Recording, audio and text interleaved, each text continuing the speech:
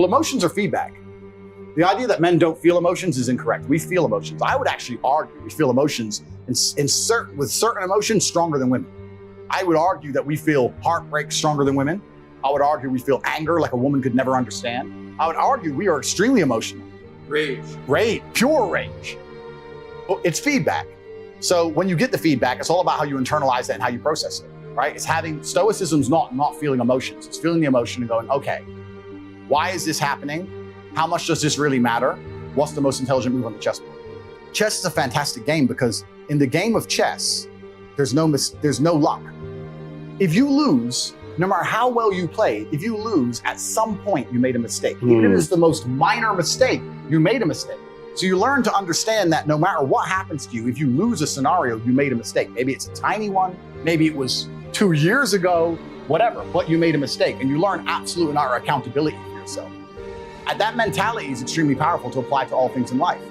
The position I'm in now as the most hated man in the world, although I agree and I truly believe it's unfair, I still take complete responsibility for. I'm not gonna sit here and say, I'm telling you why it happened when I talk about TikTok and YouTube shorts, but I'm not gonna blame them. Absolutely, they're a company making money and they're monetizing the best they can, fantastic. All of this is my fault. But the Bugatti on my drive is my fault. And the yacht is my fault, the private jet's my fault. So it's all my fault. So I take the good with the bad. I take all responsibility for absolutely everything, including if a woman leaves me, if a woman stays, if I end up heartbroken, if I end up filled with rage, I take responsibility for that. If something happens to me that makes me enraged, I will take responsibility. Why has this happened to me? Why do I feel this way? How did I end up in this position? Is this healthy in this scenario? And sometimes it is.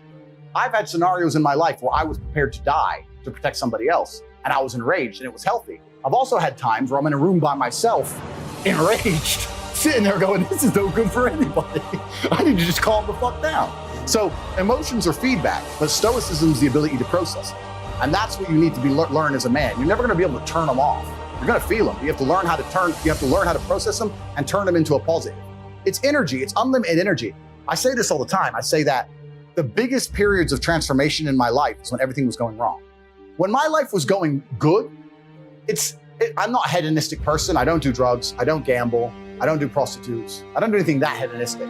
But I'll certainly go on the yacht with a bunch of women I know and chill and have some vodkas, that kind of thing. When life's smooth, then it's semi-hedonistic, pretty relaxed. But when I make my biggest progress, when I really change who I am and change the world, that's when everything's fucked. When things go wrong, or I'm feeling things I don't want to feel, or bad things are happening, that's when I'm like, okay, I currently cannot sleep. I've completed the day's tasks. I've tried to go to bed. I can't sleep.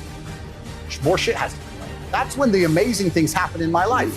When I was heartbroken, when I was whatever, everyone's been heartbroken. I can't remember a specific example. I hit the gym hard, right?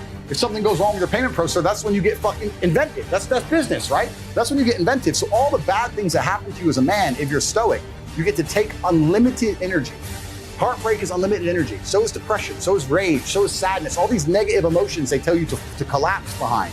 It's like, people talk like, Bruce Lee says, be like water. And people see that as be fluid and just go with the flow. I disagree. If you're like water, you're necessary for life. You are scary when you're enraged. You're powerful. You're beautiful when you're calm.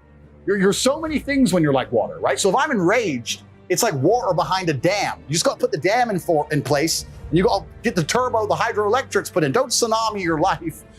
Put the energy somewhere. And this is the most beautiful thing about it, because people message me all the time like, oh, but Tate, you don't know how sad I feel. No, incorrect. I know exactly how sad you feel. The difference is I used it.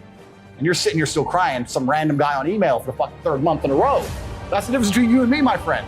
I was becoming a world champion kickboxer. I got to a point to do it. People often talk about depression and say I don't understand it. I will say, listen, there's been times in my life where I was fully functional as an adult. I would never label myself depressed because I don't believe in the idea of labeling myself in the negative, because I don't believe in things that take power from me.